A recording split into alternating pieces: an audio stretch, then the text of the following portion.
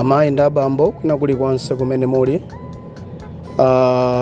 Mama wa uno pamene timafuna kuti tikasiye injunction kwa DC ndi aloya athu, zapezeka kuti kumene kuja boni Kalindo awamanga muzifukwa zonsamveka bwino.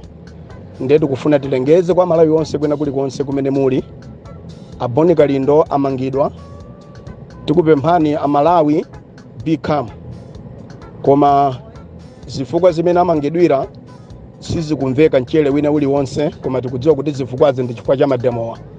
Ndetu kukupemphani Amalawi kwina kulikonse kuti bwerani timpatse support Kalindo wamangidwa pa zifukwa zosamveka akamutengera kwa DC.